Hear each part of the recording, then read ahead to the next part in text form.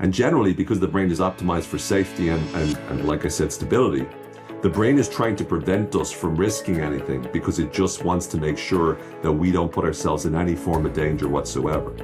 And unfortunately, often that desire actually leads us to putting ourselves into more danger.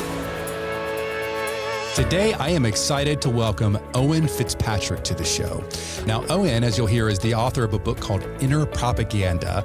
And man, I had a lot of fun recording this episode. So I'm almost finished with the book right now. I didn't get it completely finished before I did the interview, but it's a fantastic book. And this is a fantastic interview. I really think you're going to enjoy it. Now, I will say right out of the gate, that's not our typical sort of Lean Six Sigma conversation, but the things that we're talking about are very, very applicable to what we're trying to do within our continuous improvement world. And really just as human beings, it's very, very applicable. So we get into all different types of things. Like, first of all, like right out of the gate, I sort of asked him, like, define propaganda and can propaganda ever be true? And so we sort of define terms out of the gate. And then we just get into various aspects of propaganda and even talking about, sort of like how we can be our own worst enemies sometimes, especially within continuous improvement, doubting ourselves or doubting our teams or whatever it might be. And so there's lots of things that are going to, I think, resonate hopefully with all of our listeners. And then towards the end of the interview, we get into this framework that Owen's kind of come up with. And in this framework, it's really about how belief actually changes. And he opines that there's three parts to it. Something must feel right, it must fit in, and it must make sense. And so we sort of walk through that in that framework and then tie it all back together with what it has to do with that inner propaganda. So again, really, really fun episode. I really enjoyed this one. Please listen to this one all the way through. It's a little bit longer than our normal episode, but it was too good to cut short. So show notes can be found over at gembapodcast.com. This is episode 644. Again, gembapodcast.com. Look for episode 644. And also there's going to be lots of goodies that are going to be given away here in the show notes. So be sure to scroll down on whatever you're listening to and check out all the various links that we're going to put in for this episode. Okay, enough from me. Let's get to the show. Owen, welcome to the show. How are you? Very good, thanks, Ron. Really delighted to be here. Yeah, I'm super excited for this episode. So, where are you calling in from, Owen? Long Island City, New York. So I've been living here for the last 6 years or so, but as you could probably tell from my accent, I'm actually Irish, from Dublin in Ireland, and came to the States to live 6 years ago now. So hopefully my Irish accent's still there, but if you hear a little bit of a New York twang, that explains why. Okay, I got you. No, it sounds great. My wife loves your accent. She loves your country, and we've been there a few times. And yeah, she'll listen to this episode just to hear you speak. It's always nice, Sometimes maybe I won't say anything worth listening to, but at least the accent will be nice. It sounds good, right? Yeah. Okay, good stuff. All right. Well, hey, Owen, as you know, we like to begin all of our episodes with our guest sharing a quote. So what do you got? So my favorite quote would be, it's something that I touched on, or at least used at the beginning of, I think, the conclusion of my book. And it's by Rainer Maria Rilke, who's a phenomenal poet. And this is just, it's almost like, because it's in a different language, this is a paraphrase version of it. But it's the purpose of life is to be defeated by greater and greater things. And when you initially hear that, it doesn't sound that profound or doesn't sound that impactful, but I kind of always interpret that as being, when we're defeated by something greater, that presupposes we've already overcome something before that. And so the idea of being defeated by greater and greater things means that you're constantly upgrading yourself, upgrading your success. You're engaging in Kanban, and you're moving forward to continuous improvement, because every single time you overcome, and then you're dealing with something greater, and then you overcome and you're dealing with something greater as well. And I just love that. I love the compact nature of the way in which he articulated that. And yeah, so that's my favorite quote. No, that's great, Owen. Hey, tell us a little bit about yourself. We're obviously going to dive deep into your book here, Inner Propaganda, but what's your background, and then how did you end up in this sort of line of work? Sure. So I'm a psychologist. I've been delivering talks or keynotes for the last 25 to 30 years or so, all over the world in 33 countries to date. And I'm a sort of an avid traveler as well. So I've been to more than 100 countries, Oh my such as gosh. North Korea and Afghanistan and Rwanda and Iran. And a lot of the drive for me to really travel and to explore it came from this interest in psychology, which is trying to understand to the best of my ability, why do we believe what we believe? And this started when I was a teenager. I was suicidal. I struggled with my mental health quite a lot. And I did whatever I could to work on my mental health. And the most important, I suppose, I asked myself a question while I was writing a suicide note, of all things, which changed the trajectory of my life. So I was writing a suicide note to my parents, and then from somewhere I still can't define where, I wrote a question, and the question, so I just said, I love you so, so much. And then the question I wrote was, is this how much you love them? And for whatever reason, that just stopped me in my tracks. And then I went back and forth, and there was like the argument for why I should die, why I should live. And that struggle really became something that defined me, because from that moment on, I became obsessed with, why did my belief change in that moment? Why did all the logic in the world, me trying to talk to myself, thinking positive, why did none of that work? And why did that question work? And so for 25, 30 years, I traveled the world. I taught workshops on beliefs. I worked with clients as a therapist initially, and then I worked with, senior executives and CEOs and whatnot, with executive coaching, all to try to help them to be able to transform the beliefs that they have, so that they can overcome them, so that they can improve their mental health, make better decisions, and become more effective at influence, which is, what belief change is all about. How do you ethically influence and persuade people to be able to get them not just to comply, but to buy in?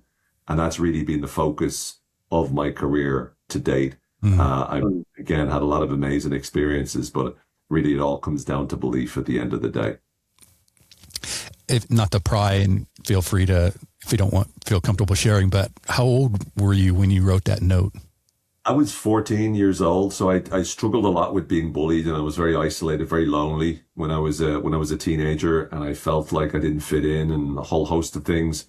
But the problem was, at that stage, we often talk around, we talk about the inner critic as if the inner critic is like the voice inside our head that criticizes us, and then we feel bad. But that never really resonated that much with me, because when it comes to a critic, you hear a critic and you can choose to listen or not listen. You can argue back. When I experienced it, when I was depressed, it's not that I was thinking negatively, it was I was believing negatively. And so it was a complete reality. And so that's why I label it the inner dictator.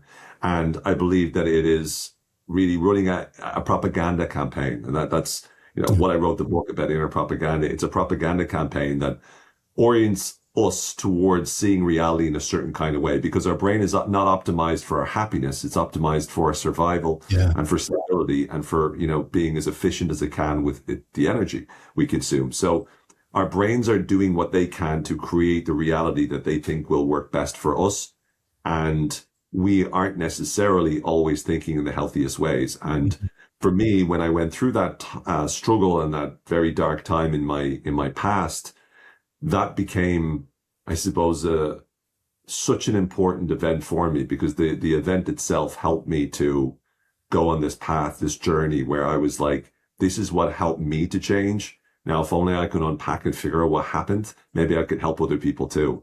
And it's not just about mental health. It's also, like I said, about decision making. It's about high performance as well, because our belief systems, the way in which we think about the world, the things we're certain of, the realities we create, are the very things that stop us from being as amazing as we can be. And that's kind of what my life's mission is really all about. So, okay, I want to get into the book here, but before then, a few years back, I don't know the exact date, you can share the exact date, but there was a YouTube video that you made, and went quite viral. I think it was over 1 million views, 1.4 million views, if I remember right, as of today at least. And so this video it's quite fascinating in that it's all in like rhyming, and it's like a big long poem or something of this sort, and you mix it up with music and whatnot. It's brilliant, by the way, brilliant. But there's a line in there And I've gotten it written down here because I want to ask you because it really struck me. I think it's early in the video, maybe around a 3-minute mark or so. And you say, you convince yourself of what you think is true via this inner battle that happens inside of you. And I thought, oh my gosh, it's like, I mean, that sentence, that one sentence sort of in my mind almost summed up much of what you're trying to talk about, I think correct me if I'm wrong. Like, what are you really saying with that statement? What I'm saying with that statement, as you mentioned, is it's inner propaganda is going on, and it's a story war that we have inside our head. And there's, a multitude of different voices. And in the speech, I kind of mark it down to like 2 voices, the good voice and the bad voice, the sort of stereotypical. It's much more nuanced than that, of course, but it really is a conversation we have. And it's almost like when you're in the throes of depression, when you're dealing with anxiety, when you're dealing with stress, when you're dealing with overwhelm, when you're dealing with worry, when someone doesn't text you back or you're starting to spiral, all of those are a result of that part of you, the inner dictator, is winning in that moment and is able to paint a picture of this awful future and how things are not going to work out and how scary everything is. And so this battle that's happening inside of you is a story war. Because the belief is really a story that we sell to ourselves that become the beliefs that we buy into. And so once you recognize that, you can start to, at the very least, start to challenge or doubt the limiting beliefs that hold you back or the stories that are trapping you in this mental health struggle or this negative decision or this, sometimes from a leadership perspective, this sense of arrogance or ego that can trap us just as easily as anything else. So for me, that was sort of my attempt to try to articulate what it felt like for me. It's not like, oh, I've got a negative voice and I've got a positive voice. No, it's a war. It's a war. And I have a line later on where I talk about, I think it was like, at the time, it was something like 27 people worldwide by the end of this speech will have already died. Now, it was a 10-minute speech. So in 10 minutes, 27 people took their own life. Yeah. And that was also something I wanted to highlight to people. It's like, this is happening so much. And the story war is that the ability that the inner dictator has to be able to craft this reality means that a lot of times there's what I call the genocide of the mind, which is, we talk about how awful genocide is, and it's awful. It's so bad. And we aren't paying enough attention to how our brains lead us down that garden path. And our brains are amazing. They do amazing things for us. But I think we often think in terms of, I feel bad because of what's going on in my world at the moment. And it's not that simple. When you feel bad, your world is awful because your brain filters that through the filter of emotional reality. It's known as affective realism. You see the world through the filter of your feelings. Mm-hmm. So it's not just that bad events in the world cause us to feel bad. It's that when we feel bad, we focus more and feel more and experience more of the negative side. And that in turn means it doesn't matter what your life is like. Robin Williams, all of these amazing people who had amazing lives, super rich, successful, people love them. And yet they still ended taking their lives. Why? It's because inside of our head, that dominates or dictates the way in which we see the world. And that's kind of what I wanted to highlight that's why I call it mind control. I want to highlight, look, our minds aren't as much in our control as we think. And the answer isn't always just to battle them. The answer isn't to try to just be positive in terms of our thinking. Mm-hmm. The answer is to learn more about what's going on. We can recognize the propaganda campaign. Just because the inner dictator is speaking doesn't mean we have to listen. We have to hear him or hear them, but we don't have to necessarily always listen. So that's kind of where that came from. So I'm big on definitions and terms, and I don't ever like to just assume anything, but we're going to use the word propaganda a lot today. And I'm wondering if we could just even begin with just a basic definition of like, what is propaganda? And maybe a sub question, can it ever be true? Can there be truth in propaganda? So if you look at, and look, there's a million different definitions. And I'm one of these people, I actually agree with most of them, because I think that whenever we define different terms, sometimes we're just like, making a big deal about small nuanced differences. And from a practical standpoint or a functional standpoint, it doesn't matter as much for some words than it matters more for others. But propaganda, in a nutshell, from the way in which I sort of think about it, it's oftentimes, and it came from the notion of, I think it was a Pope in the 17th century or so, described that, the propagation is the term that it came from, is the notion of spreading out information, spreading the message out there. And it was only in the 20th century with, Joseph Goebbels, who during the Second World War, obviously the Ministry of Propaganda and Hitler and all that sort of stuff. And then it took on a specific kind of meaning. But propaganda to me is usually, when we think about it in terms of the state, but it's the state manipulating the beliefs and the attitudes of a population. And so if you look at what that effectively means, I always look at it as in three elements of propaganda. There's the state media itself. There's the indoctrination that the state plays. And then there's truth engineering.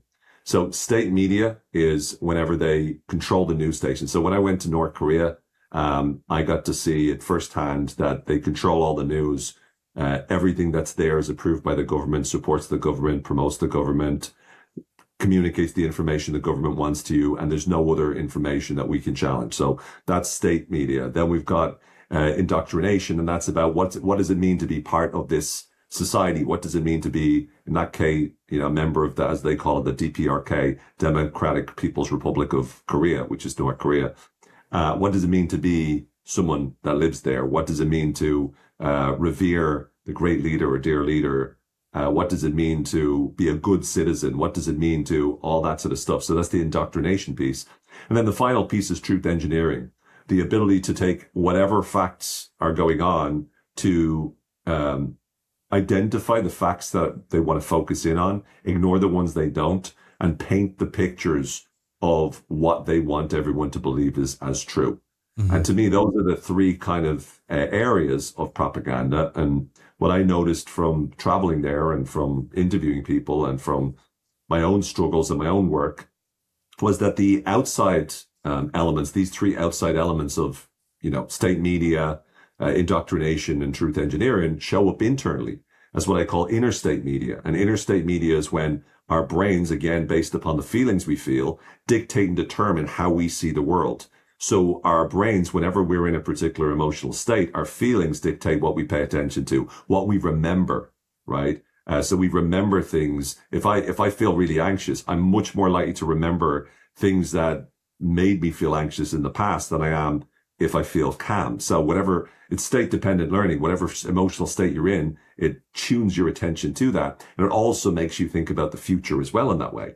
So we've got the interstate media, which dictates it in that way. We've got internal indoctrination, which is how we line up our identity with who we are. And so we connect to everything. And when you're already in the negative state, you're already paying attention to how you're a terrible person or whatever the case may be. And then as a result of that, you only let in information that supports that hypothesis. So I feel really bad about myself. Therefore, whatever information comes in that, when someone says, you're so much better than you think, Owen, I ignore that and go, they're just saying that to make me feel good. And then someone else says, you look ridiculous. What's wrong with you? And I go, oh yeah, I totally agree with that. And then finally, truth engineering, that's the ability we have ourselves to be able to craft and construct stories to maintain a conviction about the world. Our brain likes coherence, likes certainty, likes to keep believing the same beliefs we've always had. And so it's great at finding facts and figures and stories and crafting a beautiful narrative that explains why we're right, even if we're wrong. Well, that sort of sets me up for my next question. So obviously you've, as you just mentioned, you've looked at a bunch of different, countries, North Korea, Rwanda, Afghanistan. I mean, America, we're for sure not immune. No country is, right? With propaganda. But but as you get into the book, really you sort of, pivoted almost, it seems, from studying this influence of world leaders and world behavior to ourselves. And you've mentioned this already. It's like, what made you sort of turn inward versus towards the outside world? Well, it was the discovery, I suppose, that as I study the outside world, I noticed the parallels with the inside world. And the Mm, more I saw it, the more I couldn't unsee it. And mm, then it was like, well, ultimately, in order for propaganda to work, the question is, why is it that propaganda doesn't work with every single person, right? So you mentioned America there. When I went to North Korea, when I came back, a friend of mine said, oh, it must have been crazy, you over there in North Korea must have been absolutely insane with all the propaganda. And I said, well, the only difference between, let's say, North Korea and America is that in North Korea, they only have one point of view.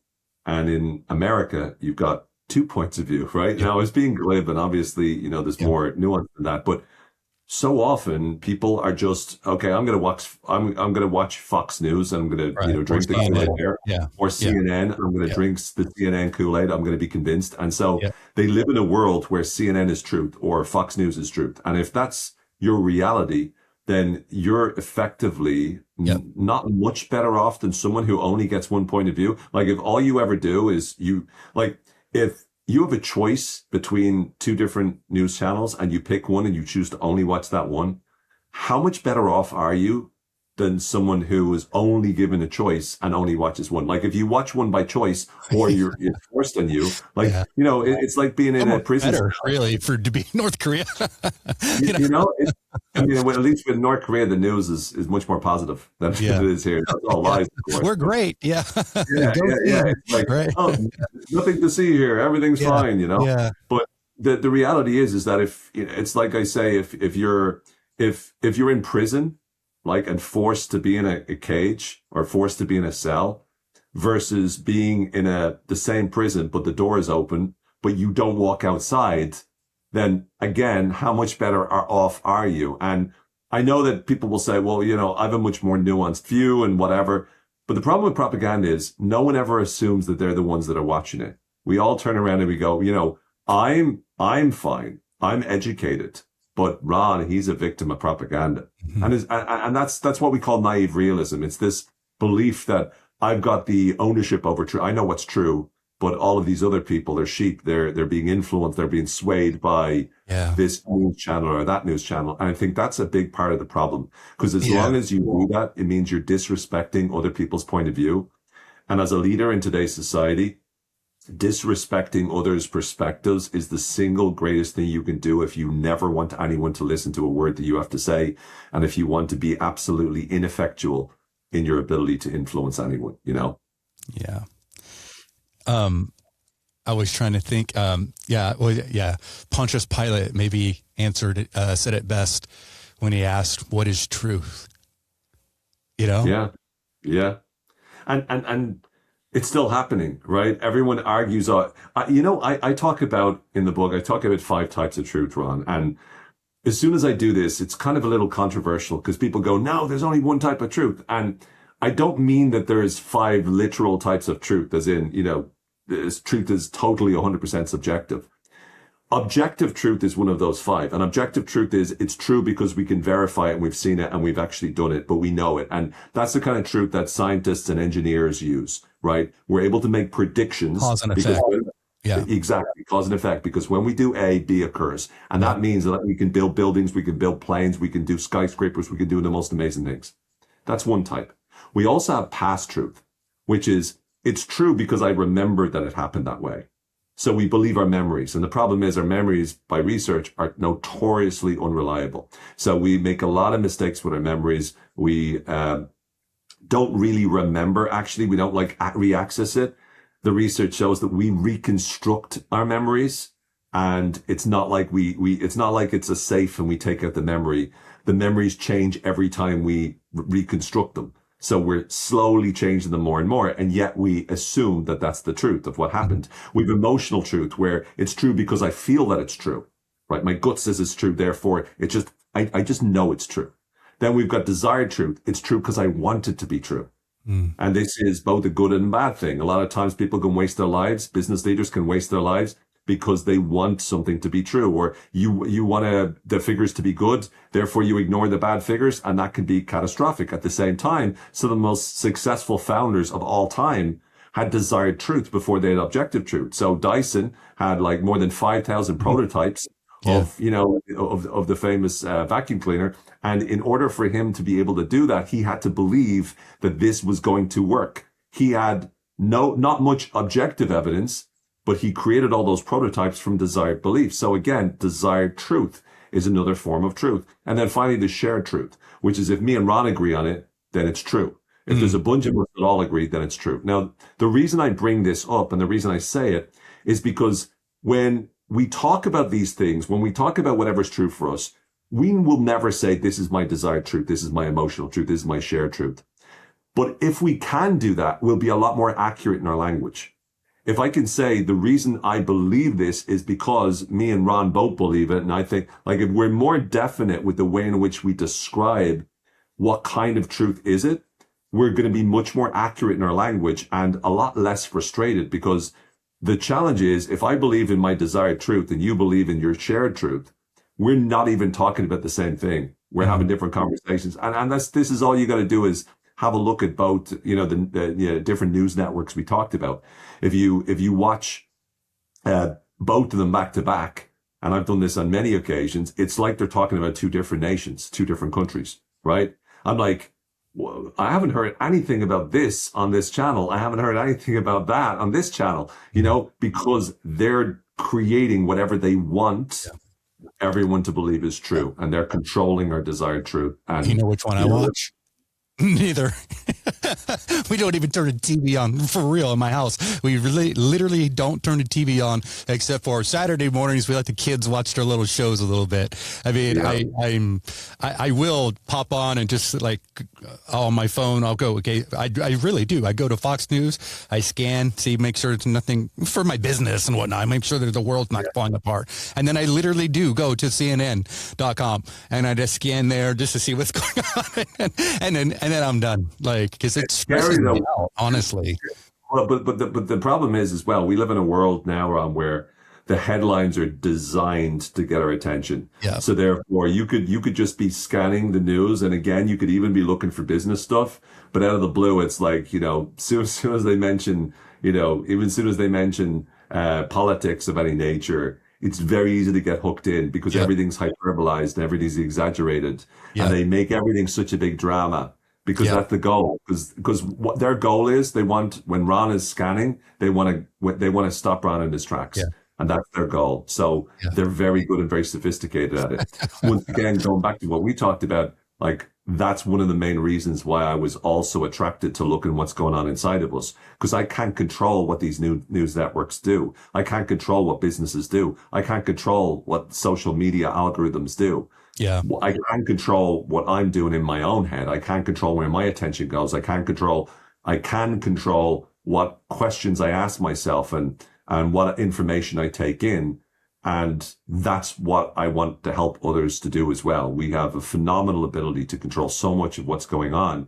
We just need to build the right kinds of processes inside our head to be able to do that. And that's what drove me to write the book in the first place. So, Owen, let's say someone's listening right now. They're running a factory, or they run a marketing team, or they're just leading people or leading their family, whatever. It doesn't really matter. And for whatever reason, they are struggling with their own sort of like inner propaganda. It might even be just sort of sabotaging their beliefs and maybe making them doubt themselves or whatever it might be. Like, what do you want to say to that person? Like, what do we do when our inner propaganda is sabotaging ourselves? The first thing of all is to notice that it is inner propaganda. Like the interesting thing is the big switch or the big mindset shift or the big idea in this whole thing is as soon as you recognize that whatever thoughts you're thinking at that moment in time is propaganda, automatically your brain shifts the way in which you think about it. Because the problem is we believe everything that our brain tells us. Our brain tells us this is the way the world is, right?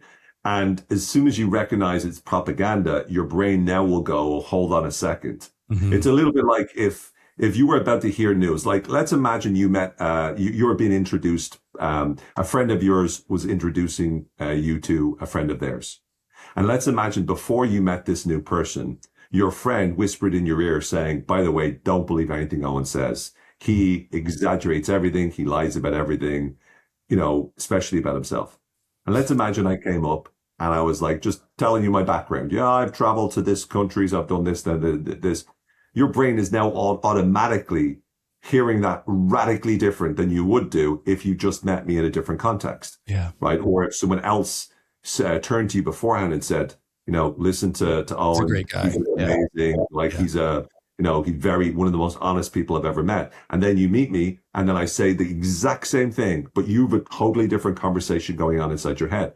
And so that's what happens with inner propaganda, is that as soon as we realize, hang on, this is inner propaganda going on. This is my inner dictator that's telling me that I'm not enough, that I'm telling him not this and telling him not that. And there's great tools out there, like from the area of cognitive behavioral therapy or neuro-linguistic programming, of questions that we can ask, Socratic type questions where we say, how do you know that's true? Or what do you mean by that exactly? Or please, define that. When you say you're not good enough, what does good enough even mean in this context? How do you know you're not good enough? Have you always never been good enough? Is there ever a time where you were good enough? These are all great questions, but I go one before that.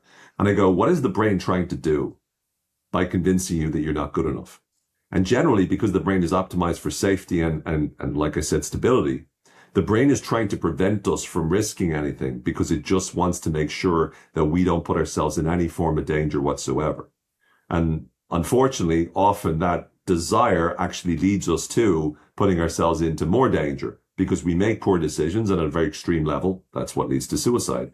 So when you recognize that your brain is feeding you propaganda and you understand, and the way I like to call it, an inner dictator or dick, when I think about it like this voice that says these things, automatically now I'm listening in a different way. The same way that when your friend tells you, this person's usually full of it, the same way I'm listening to my head. So that's the first thing. And then the second thing is, what is it that my brain is trying to do? What am I trying to get from these negative thoughts, from believing that I'm not enough? What positive benefit might that have for me? Or what is it trying to do? Mm-hmm. And then once I start to unpack then I go, is it working? In other words, is me believing that I'm not good enough, how's that working for me? So I don't even go to challenging the evidence, how do you know you're not good enough? That's later on, that's down the line. For me, I start with, what do you believe, right? I believe I'm not good enough. And then you go, so what's that? How's that working out for you? You believing that? What's that actually trying to do? And is it getting the result? And in that moment, you're having a different conversation because now you're going, how useful is it as opposed to how true is it? Mm-hmm. Because your brain can make anything true. We can believe anything. Look, there's people out there that believe in the flat earth. They believe in all sorts of different conspiracies. And sometimes they believe in conspiracies that turn out to be true. But people can believe in anything. Mm-hmm. And so and the smarter you are, the more capable you are to believe in anything. That's why the smartest people can actually be the very people that have terrible takes on something, but can convince a lot of folks because they're great at argumentation and they're great at being able to put together an airtight argument that convinces people. But we convince ourselves of that as well. And so what's really critical is that instead of arguing about the truth, is this true or not, we go, is this useful or not? And the more we do that, the more we then have the opportunity to be able to go, okay, this isn't very useful. I'm saying this to try to protect me, but all it's doing is sabotaging my success and making it so that I'm not a very good leader. And therefore, maybe there's another choice. Oh, good stuff. So maybe to wrap things up, I had a million other questions I wanted to ask you, but maybe we'll have to do a part 2. But I want to talk a little bit about your framework that you sort of lay out in the book. And from what I understand, so there's really 3 parts: feels right, fits in, makes sense. Yeah. And just start there. Maybe walk us through those 3, and then we can get into how do we mess it up? Sure. So, well, actually, if it's okay, I'll start by what we do wrong, because I think that's a good route into how to do it right. So The way we mess up is what most leaders do, what most people do in general, but most leaders, it has higher stakes when they do it, is that we assume that the way in which we change minds, the way in which we change beliefs is down to logic. So what I'll do is I'll come to the table with an airtight, brilliant, steel man argument, and I'll communicate it to Ron. And once Ron realizes how right I am and how wrong he is, he'll change his mind. It doesn't work like that, right? Being right is not enough, right? Having the facts, having the data, having the information, table stakes. You need to have that. Of course you do. But it's not enough to be persuasive. If you want to actually change minds, being able to put forward the greatest argument in the history of the world is not going to work. And when it does work, it's because the first two, what I call the first two conditions of belief change, are already met. And so there's three conditions I'm talking about. The first, as you mentioned, is feels right. As soon as you hear someone make a point, give you a message, communicate an idea, the first thing you do is immediately notice how your body or how your brain feels about that message. Does it feel right or does it not?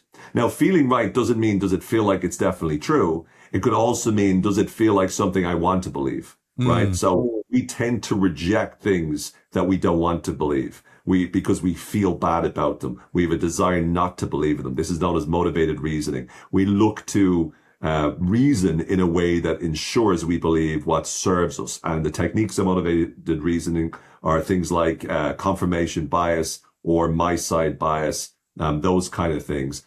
So we have that element of believing what we want to believe, but also our gut as well. Our feelings also dictate what happens. There's a part of the brain known as the ventral medial prefrontal cortex, which is oftentimes, and I'm simplifying it now, it's a lot more obviously complicated when it comes to neuroscience, but it's something that lights up whenever we feel something is right, whenever we feel something is true or something is correct. That kind of part of the brain responds. And the interesting piece is that you can again believe all sorts of crazy things, like Isaac Newton, one of the smartest human beings that was ever on this planet. He made a huge mistake and lost 20,000 pounds in what was known as the South Sea bubble. Now, this is one of the smartest minds of all time. And yet he got caught up in the hype and made the terrible business decision. And that was the equivalent, like I said, of millions of dollars today. And so the smartest people can make the dumbest choices because, again, feelings dictate it. It's what we feel is true and what we want to feel is true. And also we'll get caught up in the hype and that will affect us. The second piece then is fits in. So it also must fit in with who we are as a person, fit in with the groups, the social groups we're part of. Often when we join a group, the membership fee that we pay to join that group is believing whatever it is that they believe. We don't just join groups that believe what we also believe. When we join the groups, we start to believe what it is that they, so it's a different, what we think is cause and effect is actually flipped. And so often we're very much influenced by the people that surround us. And we're very much influenced by the social groups we find ourselves in, as well as our culture, which has a huge impact upon what we believe, and also the sense of meaning we give to our lives. Meaning is really the story we tell ourselves or sell to ourselves about what life is for, what we're for, what our future is all about, the impact that we make, why we do the things that we do. And so those stories influence and dictate whether or not we receive information in. So if you communicate a message to me, there's a concept called identity protective cognition, which means that my brain is more likely to reject whatever might challenge my identity. So at a very simple level, if you're a leader and you're trying to put across a message, and you put that across the message in a way that makes the other person feel bad about themselves or feel like a dummy, then it's not going to work. And that person will find every single skill that they possibly have to reject your message and your idea to the best of their ability. And that's why it's so difficult. You're right. It's so frustrating because you know you're right, but you can't get the message across. It's because it doesn't feel right and it doesn't fit in. And then the final piece is making sense.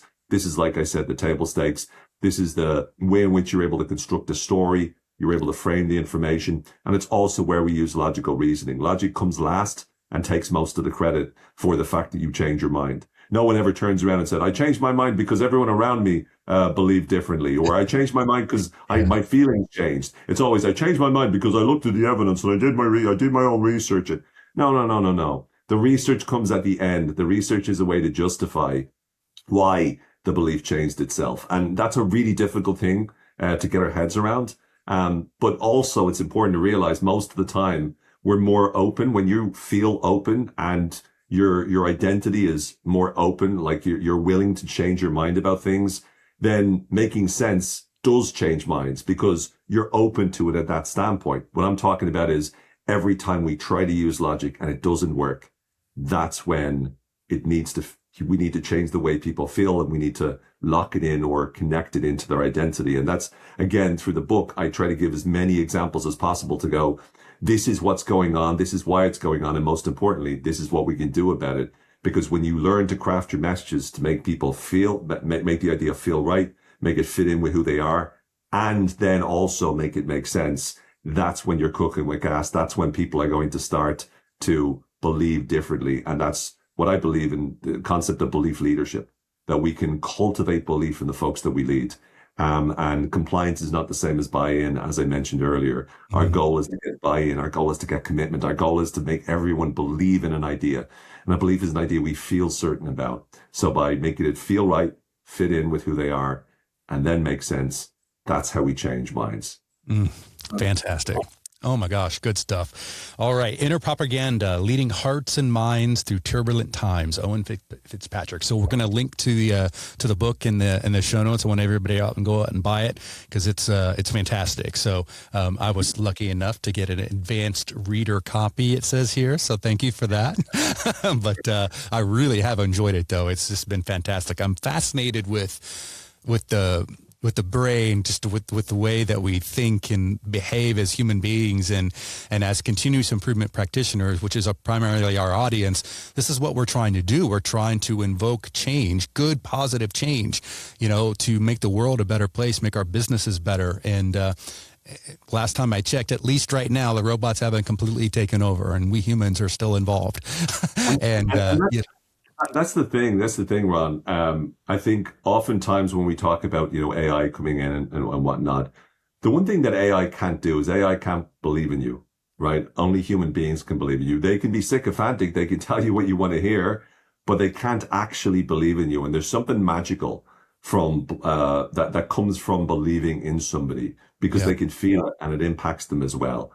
So, I'm hoping that this isn't, like, to me, it's not just about the book. It's a sort of a movement to try to get more people to lock in. And also I wanted to say, for any of the listeners that are interested, if they go to innerpropaganda.com, and I know you're going to have that in the show notes, they could also get a masterclass that I've done for 90 minutes, as well as a workbook as well, just to add them completely free, just included, when they get the book through there. And that will help. And if they've bought it on Amazon, they can use the receipt in there as well. But it just means it's a way of training them up on some of the skills as well. That I think I want to go do it.